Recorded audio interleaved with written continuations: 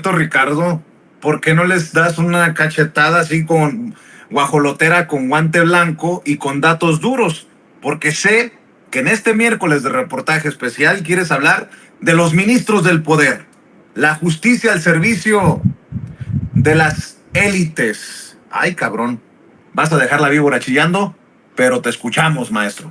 Así es, mi querido Vicente, y bueno, pues hay que darle contexto, un contexto que además usted ya tiene público memorioso porque sabe muy bien que durante los últimos meses la Suprema Corte de Justicia de la Nación se ha visto envuelta en una serie de debates, en una serie de polémicas, sobre todo a raíz de este tema, de la reforma al Poder Judicial que ha planteado el presidente Andrés Manuel López Obrador y que ha apoyado, no le voy a decir que los diputados, no le voy a decir que los senadores, el pueblo de México, que es lo más importante. Ahora bien, si echamos nosotros un vistazo retrospectivo, que es lo que no quiere hacer Enrique Krause, para que aprendamos de historia, cuando menos a los últimos 40 años de la Suprema Corte de Justicia de la Nación, nos vamos a dar cuenta de que todos y cada uno de los ministros que han sido nominados por los presidentes en turno han sido mangoneados por los jefes del Ejecutivo.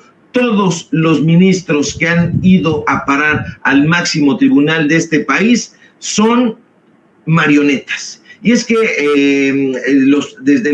desde la época de Carlos Salinas de Gortari hasta Enrique Peña Nieto, los presidentes en turno han hecho lo que han querido con la Suprema Corte de Justicia y con sus ministros. A diferencia de la narrativa que quieren imponer en estas supuestas mesas de análisis en Televisa, en Televisión Azteca, bueno, ahí ni las tienen siquiera. Bueno, lo cierto es que ni la Suprema Corte, ni el Consejo de la Judicatura, ni el Tribunal Electoral del Poder Judicial de la Federación han sido jamás independientes. No. Mire, durante la presidencia de Carlos Salinas de Gortari del 88 al 94, este personaje nominó a ministros de la Suprema Corte de Justicia a los que quiso. Le van unos nombres, ya saben, los datos duros: Sergio Salvador Aguirre Anguiano, Juventino Castro y Castro, Juan Díaz Romero, Mariano Azuela Huitrón, que súper polémico, Diego Valadez y Jorge Carpizo MacGregor. Y usted va a dirán, bueno, pues revisamos nosotros en Wikipedia. Es que eso no aparece en Wikipedia. Si usted lo revisa y pone a cuántos nominó Carlos Salinas de Gortari, no le van a aparecer, no le va a aparecer Diego Valadez, no le va a aparecer Jorge Carpizo. ¿Por qué? Porque estos personajes estuvieron ahí únicamente para entorpecer a favor del salinato, y yo se lo voy a contar. Ernesto Zedillo, al asumir en 1994 la presidencia, usted lo sabe, redujo el número de ministros de 26 a 11 y nominó a otros tantos personajes sumamente complicados: Genaro Góngora Pimentel, Olga Sánchez Cordero, Juan Silva Mesa y Felipe Calderón también hace lo mismo, porque aquí yo le voy a contar que estos personajes nominaron y se hicieron su propia corte. Es lo que no quieren hablar. Felipe Calderón designa a Arturo Saldívar, a Luis María Aguilar, a Jorge Mario Pardo Rebolledo, a Alberto Pérez Dayán y a Enrique Peña Nieto. Nada más ni nada menos, le dejo dos casos: a Norma Lucía Piña y a Javier Lainez Poitisek. Y vale la pena hacer ese recorrido de manera minuciosa, mi querido Vicente. Hacerlo como se debe hacer nos llevaría sin duda varias horas, varias jornadas, y no podríamos presentarlo sino en 2 o 3 episodios. Sin embargo, tratando de hacer un esfuerzo de concisión en esta crónica judicial, en donde los presidentes en turno han tenido metidas las manos y las garras, pues bueno, vale la pena hacer hincapié en algunos de estos personajes. Jorge Carpizo tuvo una estancia breve en la Suprema Corte de Justicia, pero muy significativa. ¿Por qué? No significativa en el buen sentido de la palabra, sino perniciosa.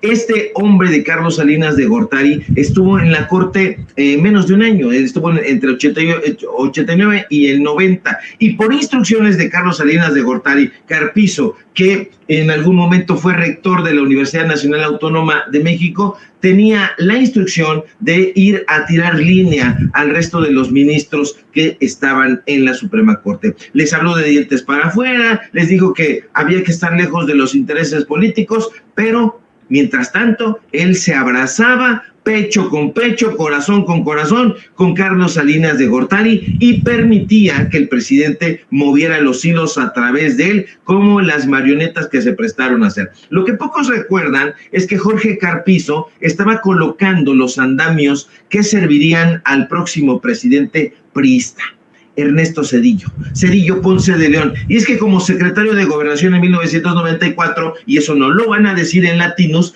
Carpizo, Vicente, jugó un papel fundamental, clave, como el negociador y el artífice de la reforma al Poder Judicial que se llevó a cabo ese 1994. De hecho, Jorge Carpizo fue el encargado de utilizar las diferentes estrategias y estratagemas para negociar la reforma del 94. ¿Cómo lo hizo? A través de donde tenía una influencia tremenda, que era la Universidad Nacional Autónoma de México, la Facultad de Derecho, donde tenía prácticamente a todos sus cuates, y que esos cuates le ayudaban a darle clase a los alumnos de Derecho e instaurar esta idea de que había que hacer una nueva corte, una nueva manera de legislar, de llevar a cabo las leyes. No se llevó a cabo eso y no lo logró. Evidentemente sí hubo esta reforma, pero otro de los personajes que ayudó en la confección de todo esto fue el sinaloense Diego Valadez.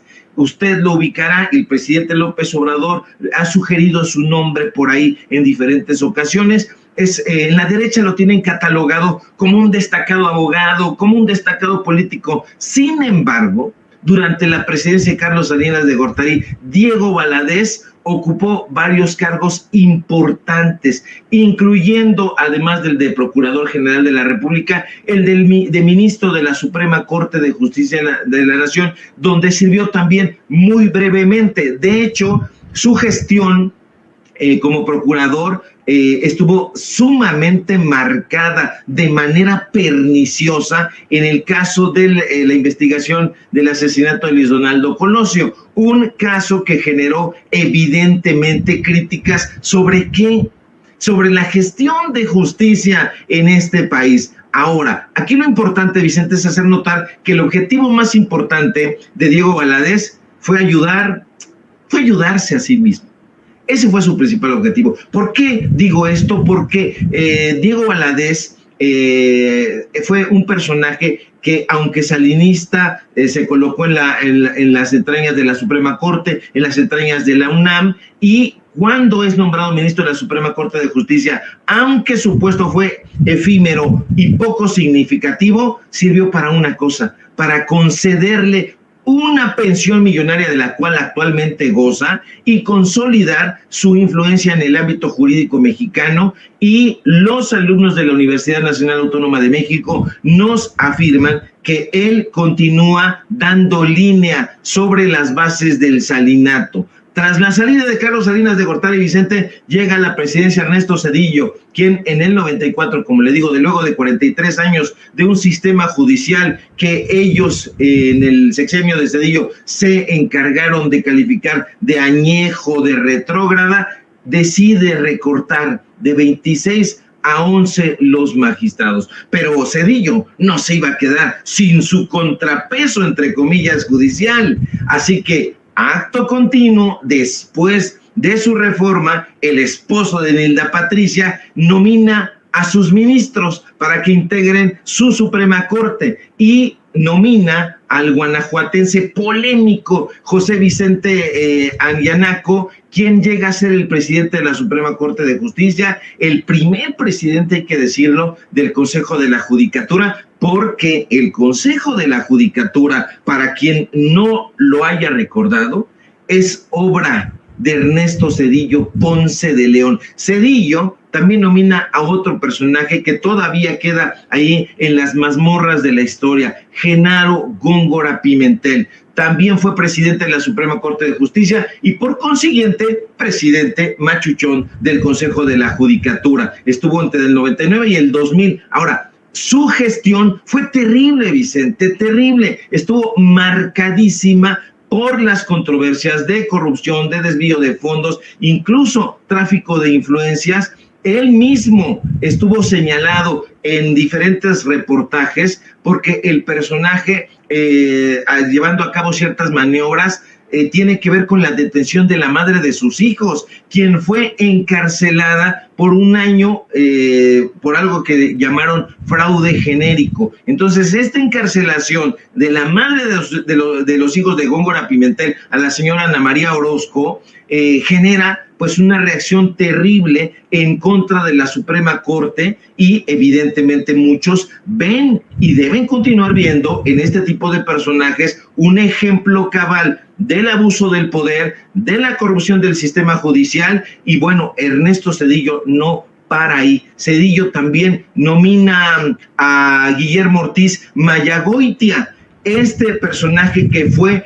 criticado por permitir que se construyeran feudos perniciosos alrededor de cada una de las ponencias, refiriéndose a la autonomía, escasa autonomía que tenían los ministros porque no lograban decidir autónomamente sobre los asuntos de su competencia. Entonces, un personaje que estuvo flotando durante casi cuatro años en la nata más rancia de la tradición judicial de ese país. Fíjate lo que te voy a decir. En la propia revista Nexos, yo creo que en un ejemplar que ya no está circulando, y a lo mejor si está circulando lo van a sacar de circulación, le hicieron una crítica también precisamente durísima a este personaje, a Ortiz Mayagoitia, porque además de todo, cuando él sale de la Suprema Corte de Justicia, muy bien retribuido por la pensión, se va a una firma extranjera como asesor.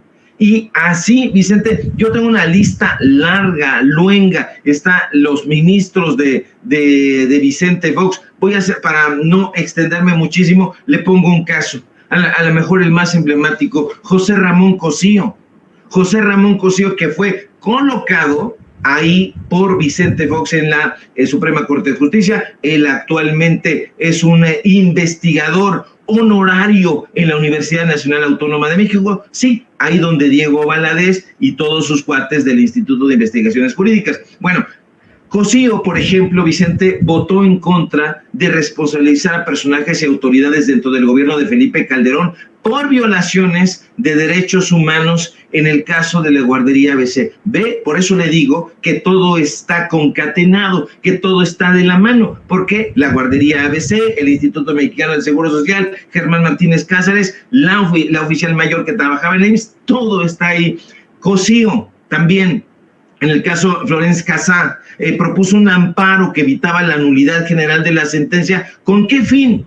Con el fin de evitar señalamientos contra el gobierno calderonista. Lo pone Fox, sirve a Fox y dice como Keanu Reeves, yo serví y puedo seguir sirviendo, y sirve en el gobierno calderonista. Por si fuera poco, cuando hubo oportunidad de atajar el poder mediático de Televisa, Cosío se declaró impedido en la acción de inconstitucionalidad sobre la polémica y lesiva ley Televisa, diciendo Cosío que es que no podía él fijar una postura porque había conflicto de interés, porque él se había dado un contrato en la Cámara de Diputados y él andaba por ahí. En fin, Cosío decide ponerse del lado de Televisa, Cosío decide ponerse del lado de la empresa Eólica del Sur, ¿se acuerda usted? Con la cual perjudicó a comunidades indígenas en Oaxaca, negándole el amparo